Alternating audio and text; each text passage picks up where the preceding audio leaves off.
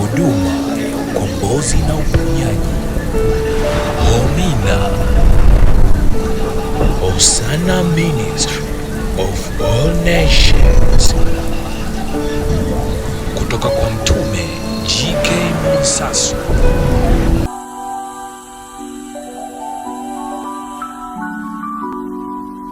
Tunda la Roho, tunda la Roho, tunda la Roho. Upendo ni maisha ya watu wa Mungu, na maisha ni upendo. Ukiona umekosa upendo, tambua kwamba katikati yako huna maisha. Ni kwa sababu chini ya jua tunahitaji kuwa na maisha yanompendeza Yesu ambaye ni Kristo. Ni lazima turuhusu ili tunda liweze kukaa ndani ya mioyo yetu. Ningeomba kila mmoja kwa nafasi yako utambue hivyo, ujue hivyo. Hili ndilo sanduku la agano. Sanduku la agano, watu wa Mungu, ndo Mungu mwenyewe. Mungu ni roho. Mungu ni matendo yaliyo mema. Kwa hiyo kama tunafahamu kwamba yeye Mungu ni roho na ni matendo yaliyo mema, katika hali halisi ya kujifunua kwake, ni lazima ajifunue kwa kupitia sisi. Nini tufanye? Sisi tunahitaji kufanya mabadiliko ya tabia. Hilo naomba uamini. Hata kama ni agano la kutokoka, lakini wewe umetangulizwa kwa kusudi kwa ajili ya walio wengi. Mara nyingi wanapenda kusema kwamba tunabarikiwa kwa ajili ya wengine. Wewe unayepata neema ya kubarikiwa ni kwa sababu moyo wako unaruhusu upendo. Una roho ya utoaji mwepesi. Watu wa Mungu, wana wa Adamu hatufanani. Tunafanana kwa sura, lakini kitu kinachoitwa tabia ndani ya mioyo yetu, hata tungetoka tumbo moja, lazima tuwe tofauti. Lakini yeye Mungu, kusudi lake ni kuachilia yaliyo mema. Kwa hiyo anaangalia familia. Lakini kati ya zile familia ni nani? Leo uko hapa, Mungu alikutazama wewe kwa ajili ya wengine. Unaweza kusema mimi kwa nini sikusoma? Ukusoma kwa kusudi. Kwa nini nimechelewa kuwa tajiri? Kwa kusudi. Kwa kusudi. Kwa kusudi. Watu wa Mungu, hata tungezaliwa tumbo moja watu 20, hatuwezi tukafanana. Kwa hiyo katika familia ya watu 20, hata mapito tu yako tofauti. Hata mapito unayoyaona yako tofauti. Ni kwa nini? Kusudi. Kusudi. Akamwambia, mpende Bwana Mungu wako kwa moyo wako wote. Hiyo ndo alama pekee ya ushindi.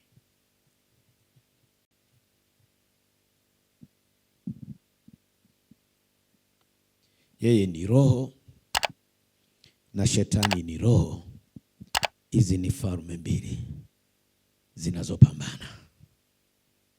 Pale kwenye familia uliotoka pana giza.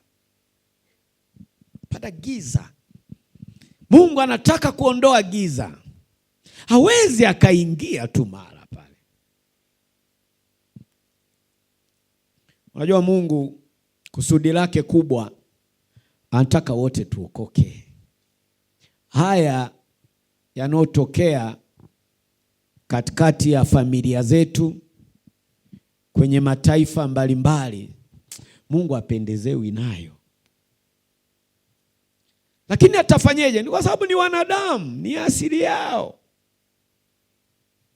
Lakini kama apendezewi na hayo ambayo yako kwenye hilo taifa, ambayo yapo kwenye huo ukoo au hiyo familia, ni lazima Mungu atafute mmoja wapo katika hilo taifa au katika hiyo familia.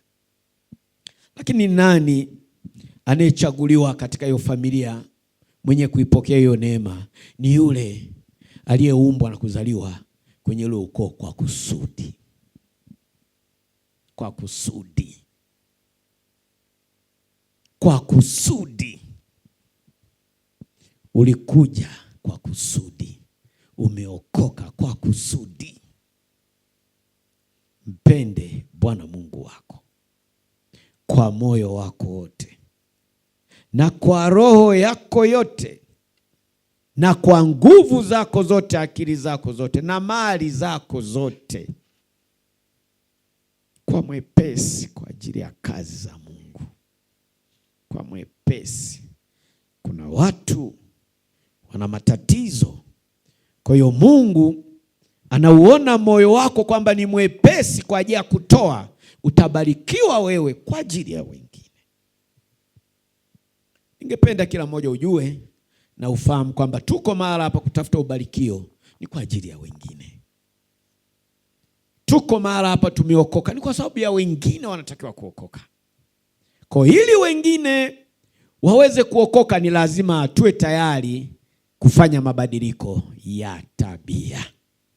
Wokovu ni mabadiliko ya tabia. Yohana 11:40, neno la Mungu ndani ya Biblia linasema hivi. Mmeshapaona watu wa Mungu?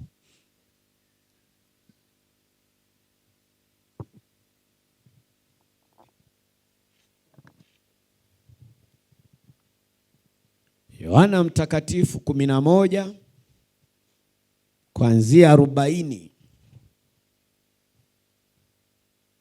Ni kwa kusudi uko mahali hapa. Ni kwa kusudi. Mungu anakutengeneza kwa kusudi kwa ajili ya mataifa mengine. Kwa kusudi. Umeachwa hai kwa kusudi. Kumbuka wenzio wako wapi? Mlioponda nao maisha wako wapi? Wako wapi? Umeachwa kwa kusudi. Umeachwa kwa kusudi. Hujatimiza ile ambalo Mungu alikuumbia ili ushuke mara, bado halijatimia.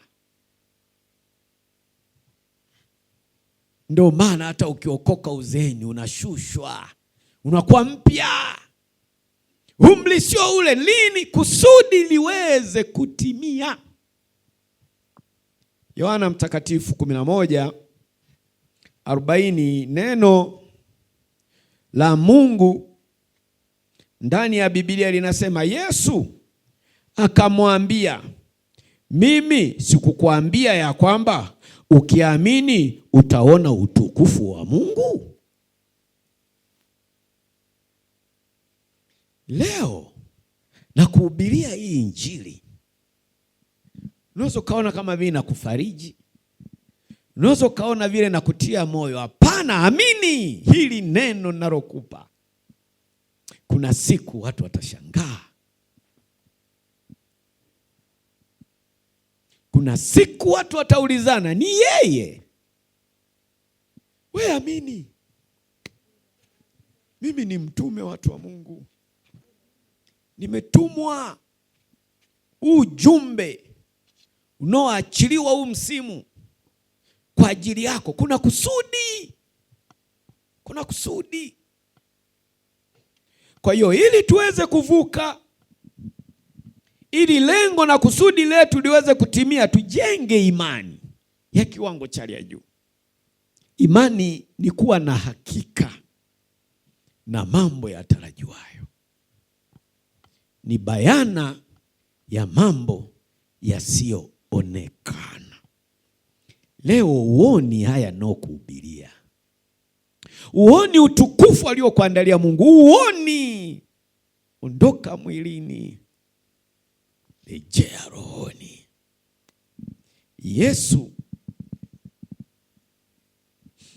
Yesu akamwambia, mimi sikukwambia ya kwamba ukiamini utaona utukufu wa Mungu?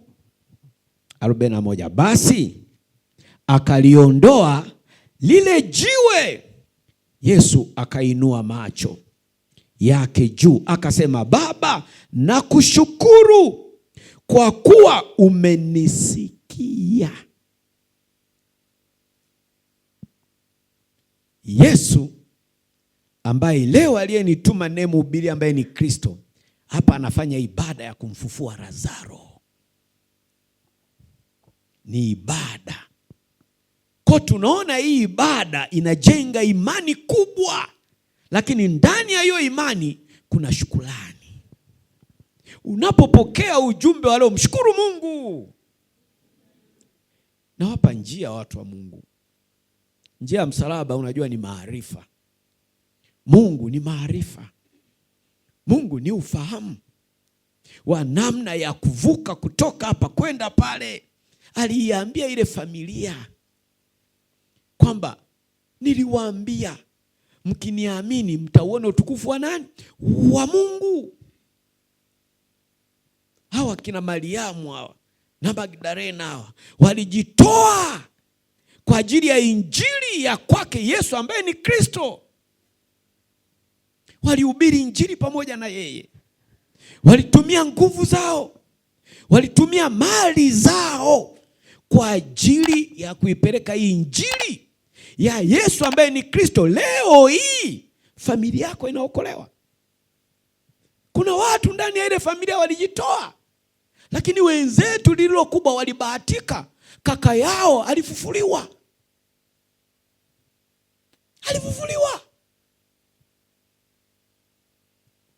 Yote haya kwenye hii familia yalifanyika ni kwa sababu walimpenda Mungu.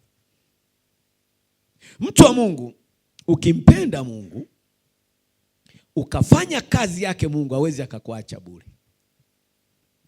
Utachelewa tu kuona. Ni kwa sababu wewe ni mwanadamu. Lakini mimi kama mtume na kuhakikishia, nguvu yako unayoitumia kwa kupitia hii madhabahu na hii injili haipotei bure. Hilo nakuahidi, naomba uamini. Naomba uamini.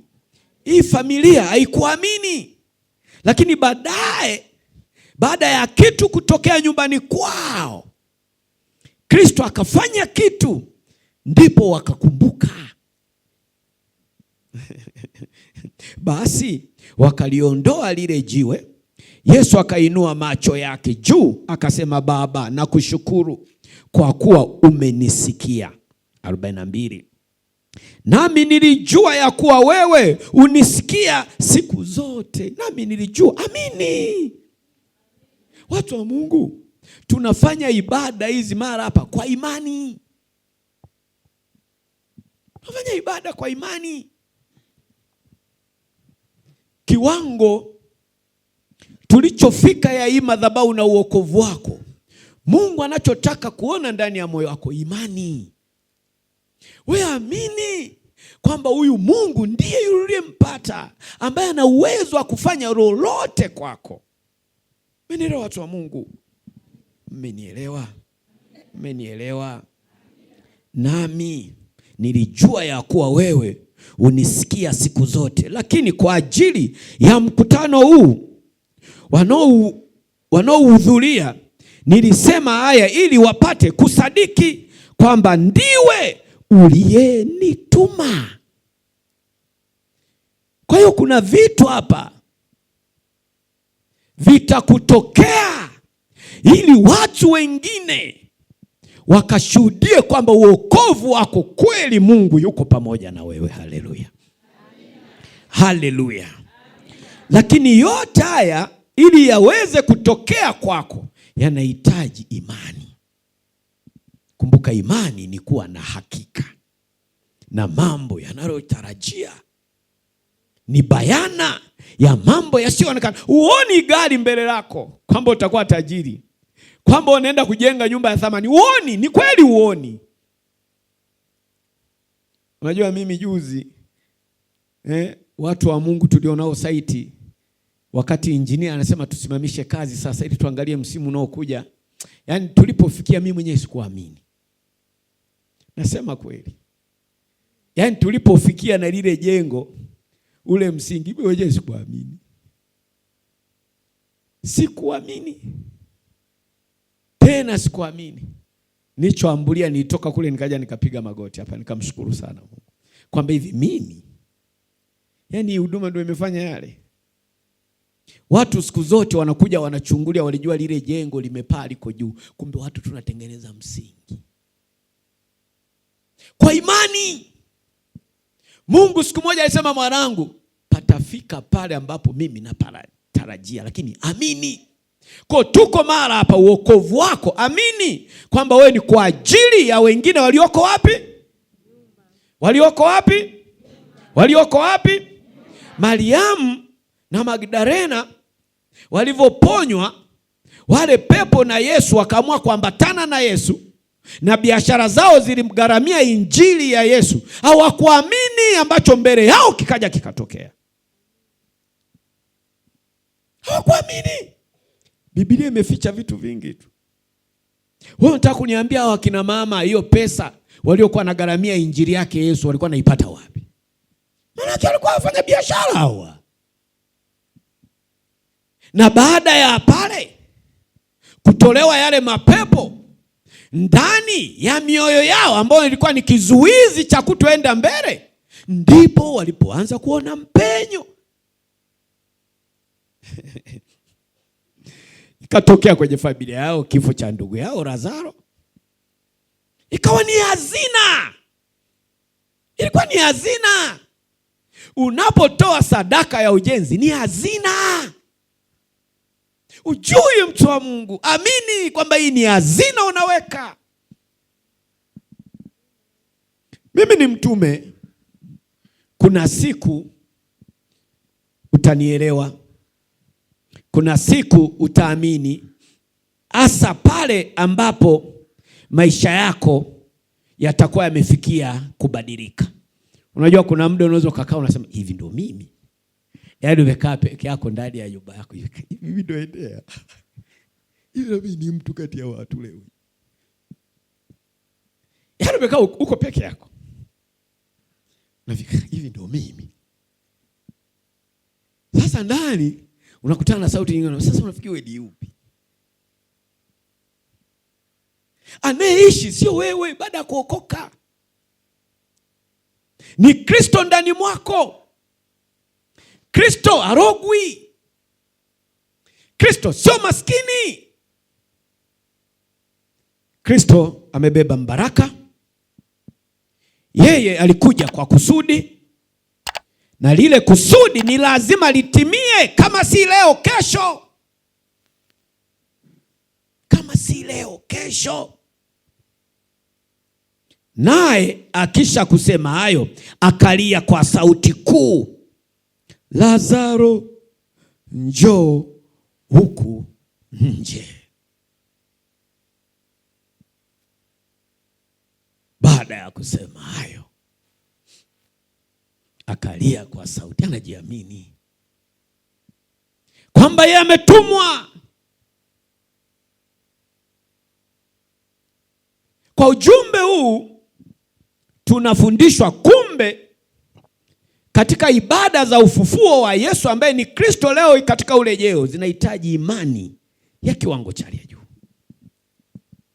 Ukikosa imani, usipotumia imani, hakika haitakuwa. Akatoka nje yule aliyekufa akiwa amefungwa sanda miguuni na mikononi, na uso wake umefungwa leso. Naye Yesu akamwambia, mfungueni mkamwache aende zake.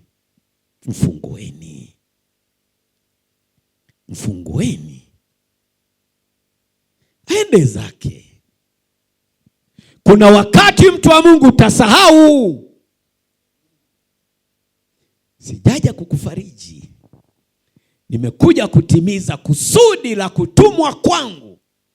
Anenena si mie, ni yule Roho wa kweli wa Mungu aliyemfufua Kristo.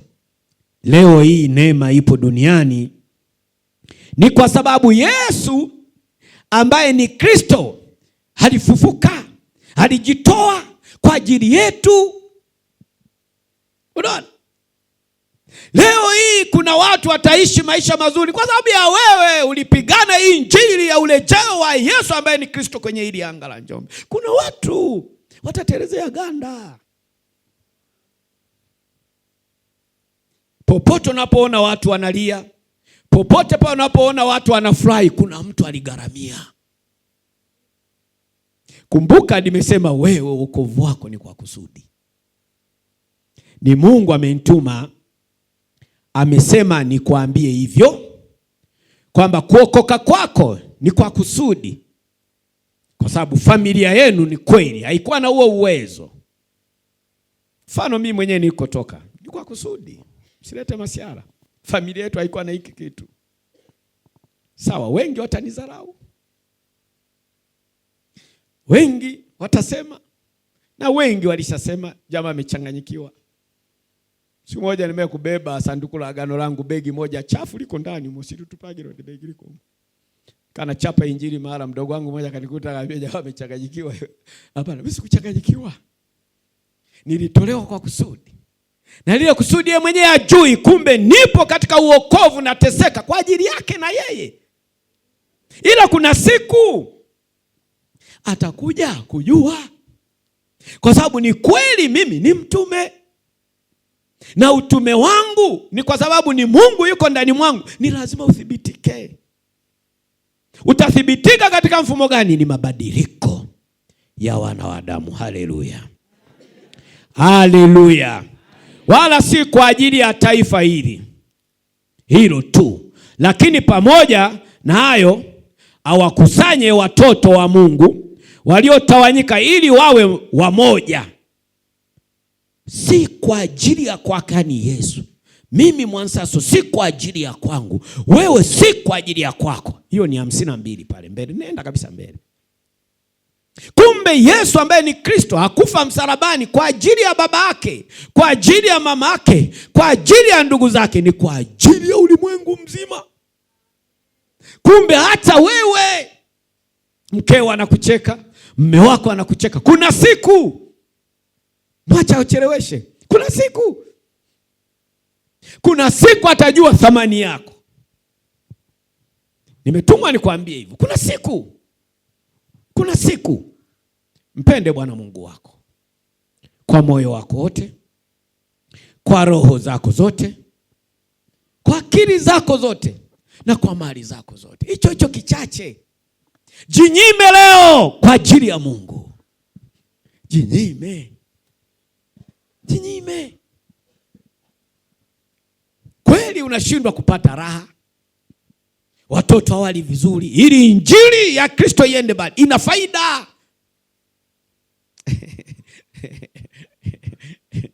Yohana wa kwanza 2:2.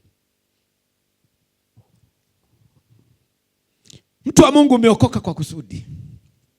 Ningependa hilo leo ulijue. Yesu alikufa msalabani, alikuja kwa kusudi. Sio kwa ajili ya mama yake, sio kwa ajili ya wadogo zake, sio kwa ajili ya nani, ni kwa ajili ya dunia nzima. Leo hii hata mimi mtume Mwansaso eti nabii nasimama hapa eti leo eti mnanisikiliza nyinyi hivi, ni neema. Wako wasomi hata wangesimama hapa msingewasikiliza saa nzima. Toka saa 4 tuko hapa, msilete masiara nyinyi. Watu wanaitisha mikutano huko, mtu anamsikiliza sekunde wanaondoka. Wamesoma. Yohana wa kwanza 2, Yohana wa kwanza 2 mstari wa 2 Neno la Mungu linasema, naye ndiye kafara wa upatanisho. Wewe ni kafara. Naye ndiye kafara wa upatanisho. Wache wajite mabilionea, wache waite wasomi, watateleza mahala, watakutafuta. Nakwambia, we amini tu kwamba mimi ni mtume, nimetumwa. Watu wa Mungu, kwa umri nilionao mimi, niko na kazi nyingi sana za kufanya. Mimi sikuingia kwenye injili kama nimejishindwa, hapana. Hii kichwa usiione hivi. Unasikia? Hii kichwa usiione hivi. Iliumbwa kwa kusudi. Mara popote ina uwezo wa kuishi, na chochote ina uwezo wa kufanya. Mimi nikikaa popote pale, hata kabla sijaokoka, nakuwa na vision ya miaka 100. Ukikaa peke yako unaweza kufika mavie kichani. Hivi kweli haya? Mungu anakutokea kwa sababu ndivyo ulivyoumbika kwa kusudi. Leo hii watu wanacheka eti jamaa sasa eti Kristo amerejea miaka 1000. Haya. Naye ndiye kafara ya upatanisho wa dhambi zetu, wala si kwa dhambi zetu tu, bali na kwa dhambi za ulimwengu wote. Yesu alitolewa kama sadaka msalabani kwa ajili ya ulimwengu. Leo hii wewe unateseka na maisha ni kwa ajili ya walio wengi. Unajua kuna muda hapa wakati tunacheza tunaruka, nimesema nikaona Mungu ananiambia hebu tamka Uarabuni wanavua majoo, makanzu wale wanayavua. Lakini nani aliyepeleka hii injili? Ni wewe. Mungu hata kuacha na uzao wako na kizazi chako. Ili natamka, amini. Unateseka wewe, lakini amini. Tunda la Roho. Tunda la Roho. Upendo ni maisha ya watu wa Mungu, na maisha ni upendo.